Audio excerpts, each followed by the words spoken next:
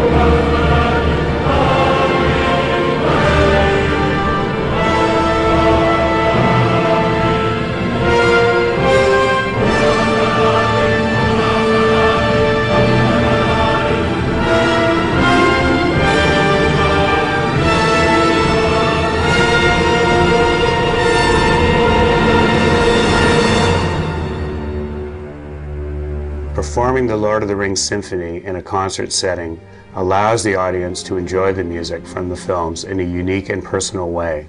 When I'm on stage, I can feel the energy and connection the audience and performers have to the music, which is both inspiring and rewarding.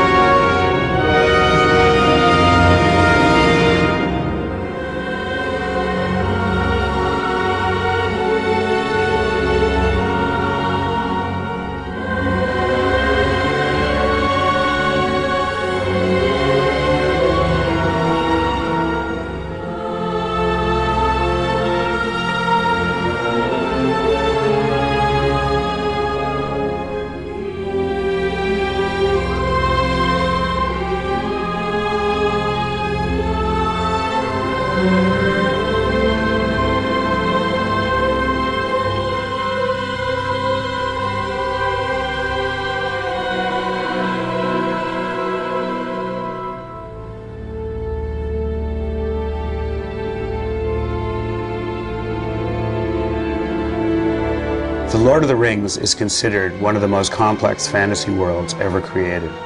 In writing this, Tolkien shows contrast between cultures. The music for the elves is scored primarily for women's voices. Rivendell was created to show a place of higher learning and timelessness, whereas Lothlorien is mystical and exotic. For Isengard and the orcs, there was a 5-beat rhythm played on steel plates, Japanese taiko drums, and metal chains on strings inside a piano. These sounds emphasize the industrial might of Middle-earth.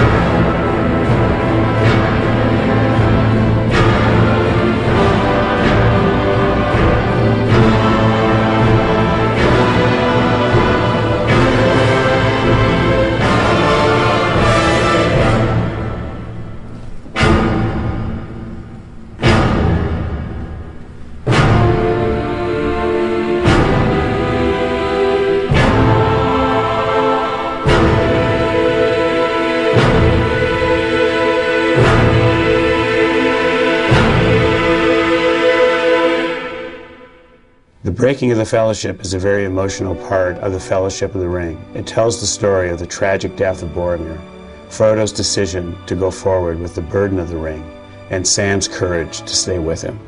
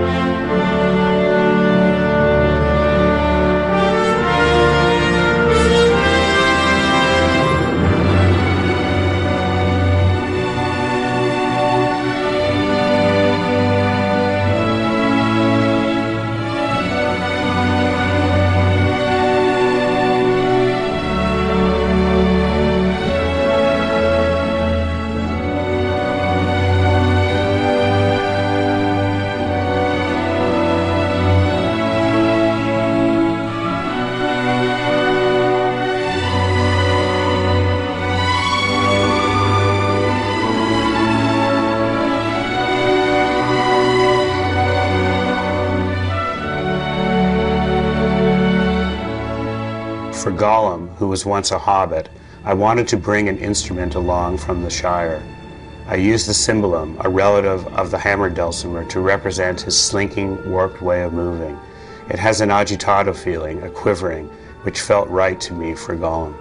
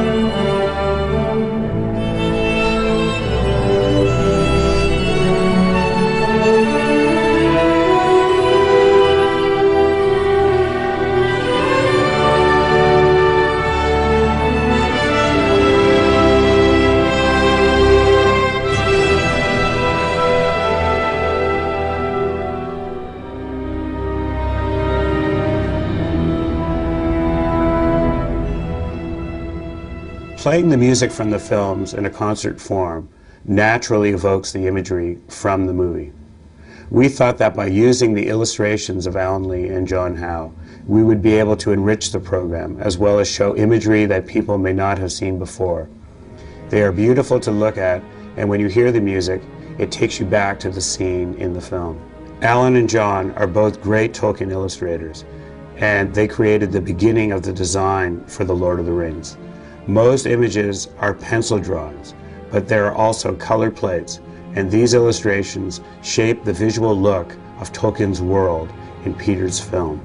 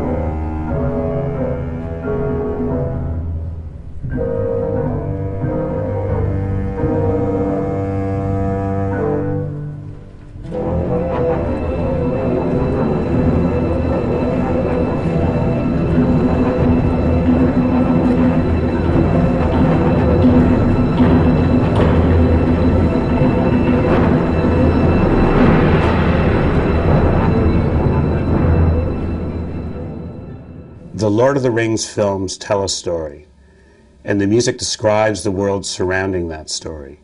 Themes absorb cultural details, imply dramatic connections, and reflect the development of the story's characters and ideas.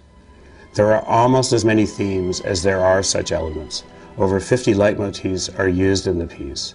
The History of the Ring theme, just one of several melodies assigned to the ring, forms the first notes of the symphony, and could be said to be the central theme of the entire score.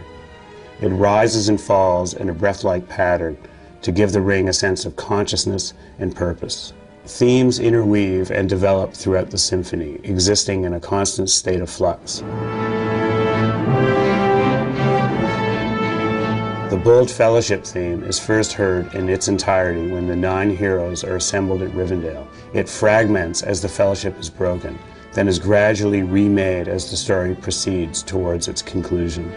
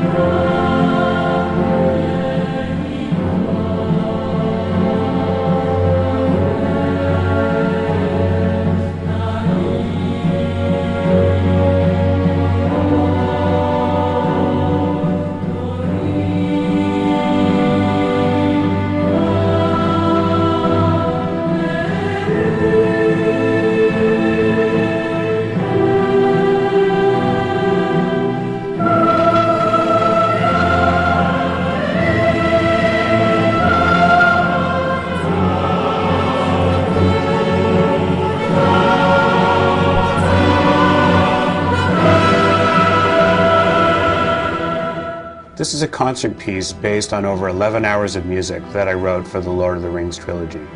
John Mount-Jerry and I took the composition from the piece and edited it into a 2-hour symphony. It was actually quite heartbreaking leaving out certain things, but we knew that we had to.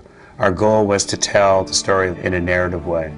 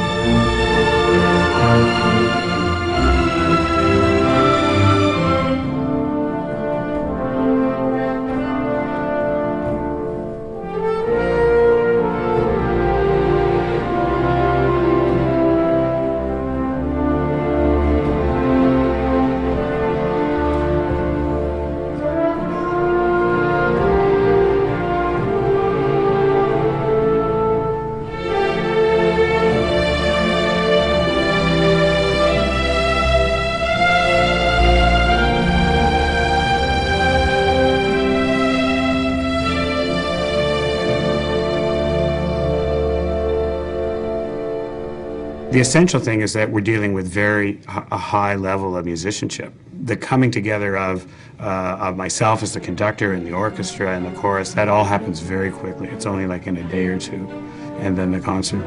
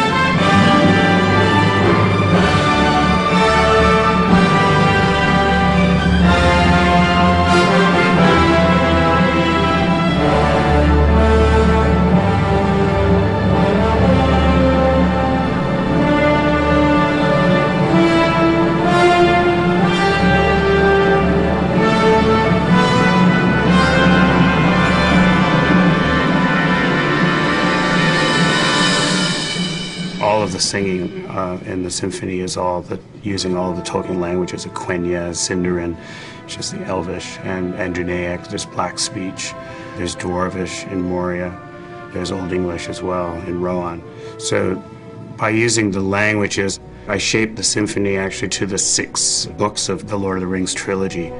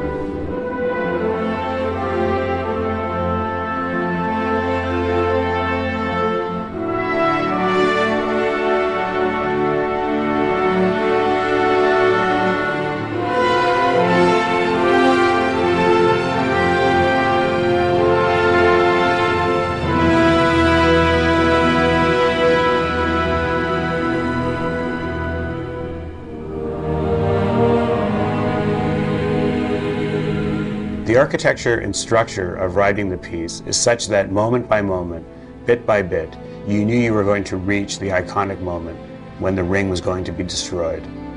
You could not worry about getting to this moment, however. You had to just work on the pieces of film that led you to Mount Doom, much like the journey of Frodo and Sam.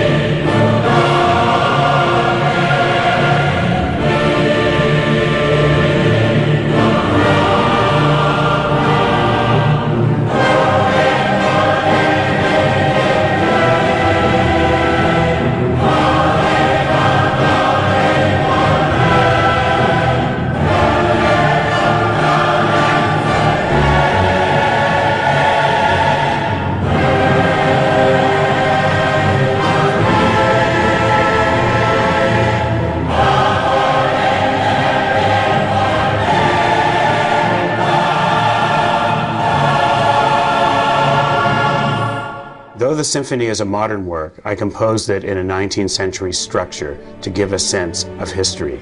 Middle-earth is 5,000 to 6,000 years ago.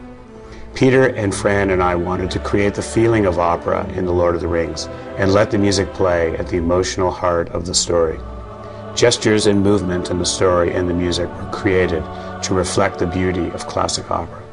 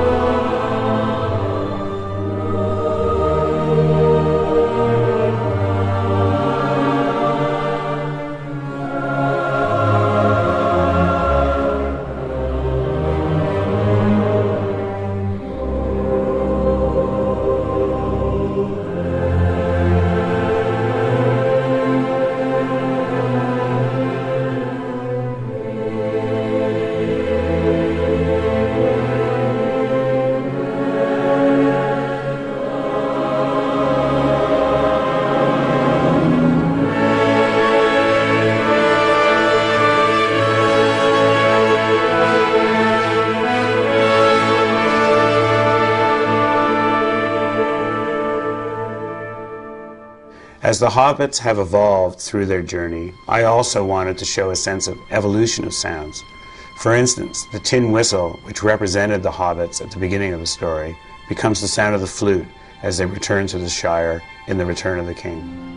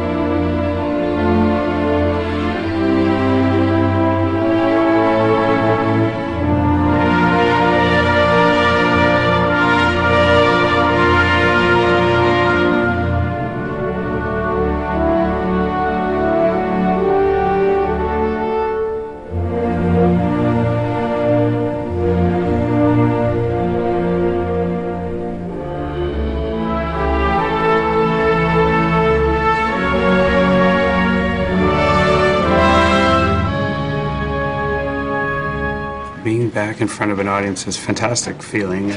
So much of the music from Lord of the Rings has been recorded in recording studios with London Philharmonic. Part of it was done in New Zealand with New Zealand Symphony Orchestra, choruses from Covent Garden. So much of my work has been writing.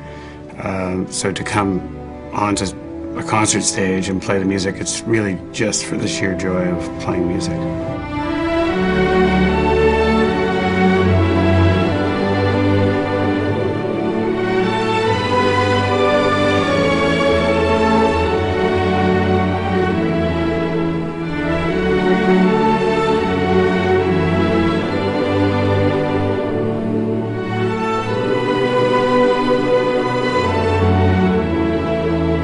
Returning to the Shire is a central element of the story in The Lord of the Rings. It's about Frodo and Sam and saving the Shire and all that's green and good. Throughout their mission, they have longed for and dreamed of returning home. Seeing the hobbits return to the Shire means that the ring has been destroyed and that they have accomplished their mission.